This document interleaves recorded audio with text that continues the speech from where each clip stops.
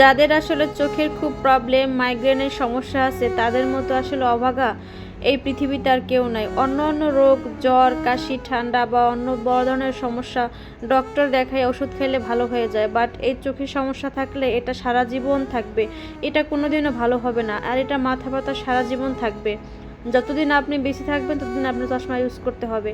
তো চশমা এর আগের বার নিয়েছিলাম, তো আমার বাবু চশমাটা ভেঙে ফেলছে, তাই চিন্তা করলাম যে নতুন করে আবার চোখটা দেখাইয়া নতুন করে আবার নিব।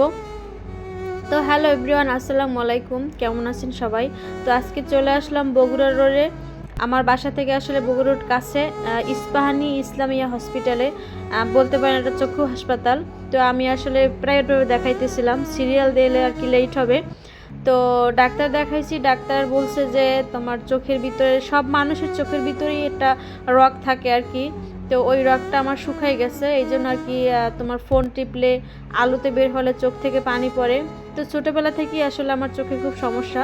তারপর আর কি চশমা দেখতেছিলাম আসলে চোখে কোনটা ভালো লাগে। তো এখন যেটা পরা আছে এটাই নিছি। আমার আসলে ছোটোবেলা থেকে খুব মাথা ব্যথার প্রবলেম ছিল। মাথা ব্যথার জন্য অনেকবার ডাক্তার দেখাইছি, পটুয়াখালী দেখাইছি, বরিশাল দেখাইছি, এমনকি ঢাকাও দেখাইছি, কিন্তু কোনো রেজাল্টই পাইনি। রেজাল্ট সব জিরো, শুধু ওই চোখের সমস্যায়। তো এই ছিল আমার আজকের একটা ছোট মিনি ব্লগ। অবশ্যই যদি ভালো লাগে ভিডিওটা শেয়ার করবেন, আর ভিডিও শেয়ার করে টাইমলাইনে রেখে দেবেন যাতে পরবর্তীতে আপনারাও যাইতে পারেন। তো হ্যালো গাইস, ভালো থাকেন, আল্লাহ হাফেজ, টাটা, বাই বাই।